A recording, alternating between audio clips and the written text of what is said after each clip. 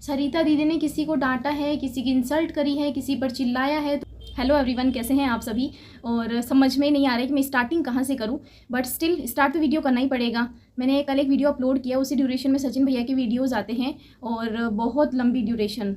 मतलब मैंने सोचा कि मैंने उस वीडियो को 2x स्पीड में क्यों देखा। अगर मेरे पास ऑप्शन होता 10x स्पीड में देखने का, 10 गुना तेज़ी से देखने का, तो मैं शायद उस तरीके से देखती। लेकिन देखना भी ज़रूरी था कि बिना देखे मैं एनालिसिस कुछ कर नहीं सकती। देखने के बाद मुझे ये रियलाइज़ हुआ कि मैंने टाइम वेस्ट कर दिया। सीरियसली मेरे वहाँ 2 ढाई घंटे वेस्ट हो गए। ठीक है, अब ये है, अब बात यहाँ ये है कि सबसे पहली बात कि सचिन भैया के फेवर में हम क्या बोल सकते हैं। सचिन भैया ने सारी चीज़ें अपने अगेंस्ट खुद कर ली है। उन्होंने खुद कुछ वर्ड्स, मतलब कुछ नहीं, बहुत हद तक बहुत ज़्यादा वर्ड्स उन्होंने इतने गंदे यूज़ में लिए हैं। कल उन्होंने अपने वीडियो में आकांक्षा दीदी को चालाक लोमड़ी बोला और उन्हें घमंडी बोला। ठीक है, उनके यूट्यूब वीडियोस में सरिता दीदी को, आकांक्षा दीदी को और अंकुश भैया को लोग इतने नेगेटिव कमेंट्स कर रहे हैं, हद से ज़्यादा नेगेटिव कमेंट्स कर रहे हैं। वो क्यों नहीं बोलते अपनी पब्लिक को कि एटलीस्ट आप लोग इतने नेगेटिव कमेंट्स इनके बारे में मत करो। कंट्रोवर्सी तो उन लोगों की है ना।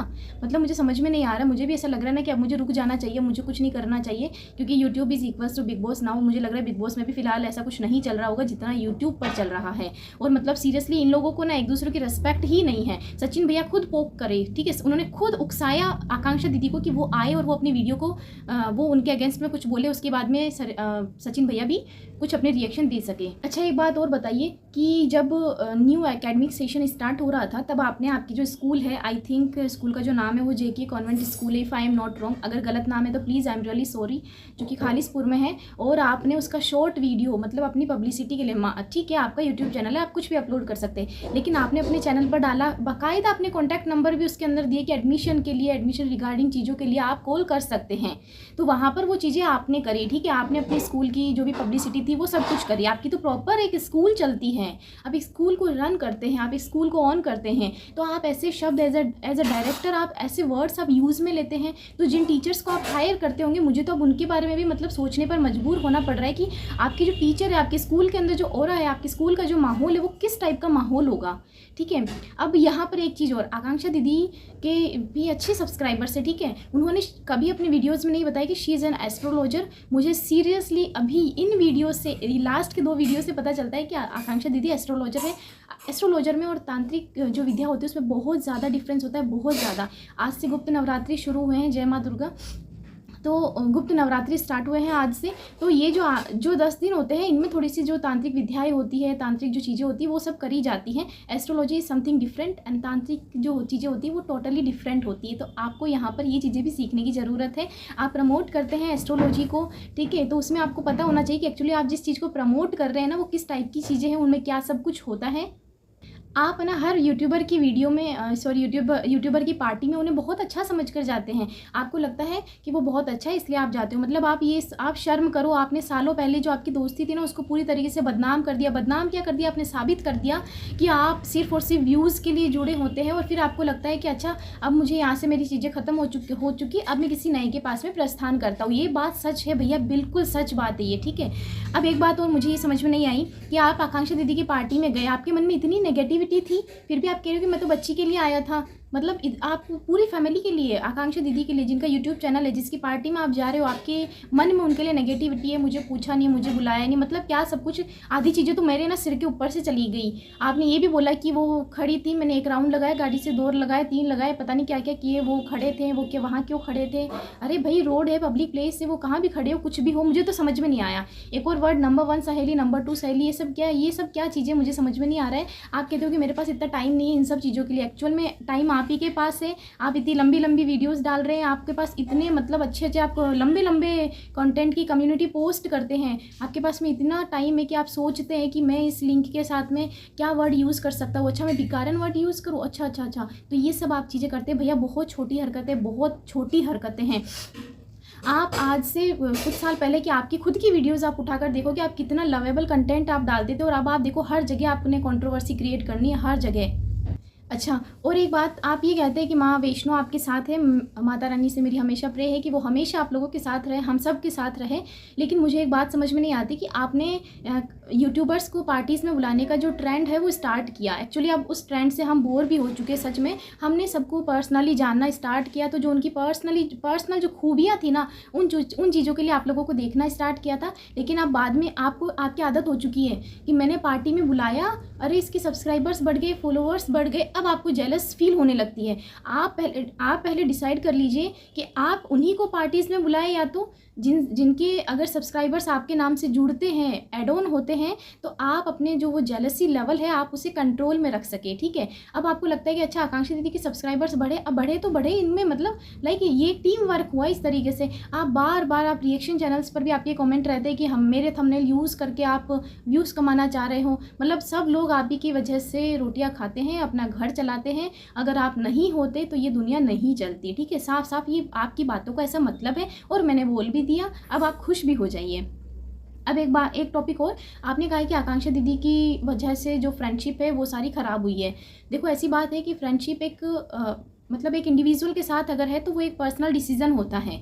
अगर किसी से किसी की दोस्ती टूटी है तो वो उनका पर्सनल डिसीजन रहा होगा या कोई वजह रही होगी, वो वजह आप सामने लेकर आओ, आप उनको सामने बात ये बुलवाओ कि हाँ आकांक्षा दीदी की वजह से दोस्ती ख़राब हुई है। कम्युनिटी पोस्ट आप डालते हैं, भर की कम्युनिटी पोस्ट, भर के आप दूसरों को टारगेट करते हैं। आज तो आपने भिखारन वर्ड तक यूज़ कर दिया साफ साफ उसके अंदर, ठीक है। उसके बाद आप ही अपनी वीडियोस में बोलते हैं मुझे खुश रहने दो, मुझे खुश रहने दो। मतलब ये सब क्या है? आप ड्यूअल नेचर यहाँ पर दिखा रहे हैं, आप सामने कुछ और है और आपकी जो मन की जो भावना है ना वो कुछ और है।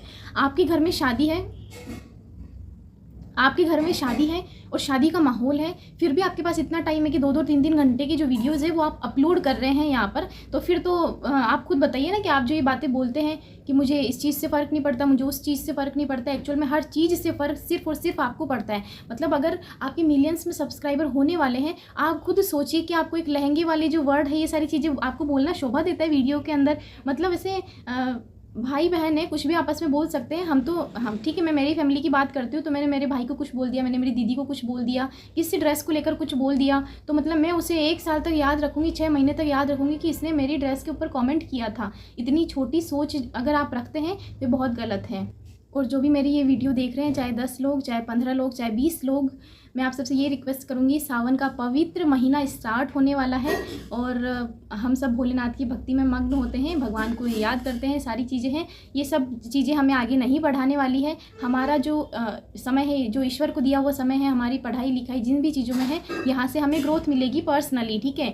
जो 2-2 3-3 घंटों के इतने लंबे वीडियोज़ देखकर सिर्फ अपना टाइम वेस्ट करना है, जब तक कि सारी चीज़ें क्लियर नहीं हो जाती। और सबसे अच्छी बात तो ये है कि जेठू भैया ने बोला है कि अपनी स्टोरी के अंदर बोला है कि वो मंगलवार को, जो कमिंग ट्यूसडे है, इसके अंदर वो सारी चीज़ें क्लियर कर देंगे। तो हम तब तक के लिए वेट करते हैं, क्योंकि एक्चुअल में क्या है ना कि सचिन भैया ये सोचे होंगे, एक्चुअल में वो यही सोचते हैं कि अच्छा आकांक्षा दीदी सरिता दीदी की टीम में चली गई है, वो उनको सपोर्ट कर रही है, अच्छा चलो उनमें मैं उनको पिक करता हूँ और फिर मैं उनको क्या करता हूँ, बदनाम करने की कोशिश करता हूँ, डिफेम करने की कोशिश करता हूँ। इतने साल तो उनको और उनके फैमिली मेम्बर को किसी को भी नहीं लगा कि उनको झांसे में लिया जा रहा है, ठीक है। अब उन्हें अचानक से ये रियलाइज़ होता है कि मैं इनके झांसे में आया, और उसके बाद में उन्होंने यूट्यूब पर उनको पूरी तरीके से बदनाम करने की कोशिश करी।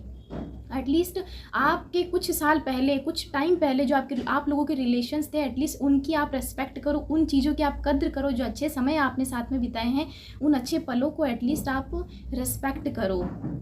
एट लास्ट मैं सिर्फ यही कहना चाहूँगी टू माई पब्लिक कि कंट्रोवर्सी तो चलती रहेगी, पता नहीं कब एंड होगा इसका, ठीक है। लेकिन जब तक सारी चीज़ें क्लियर नहीं हो जाती, और शायद मुझे लगता है क्लियर अब जेठू भैया ही क्लियर करेंगे सारी चीज़ों को।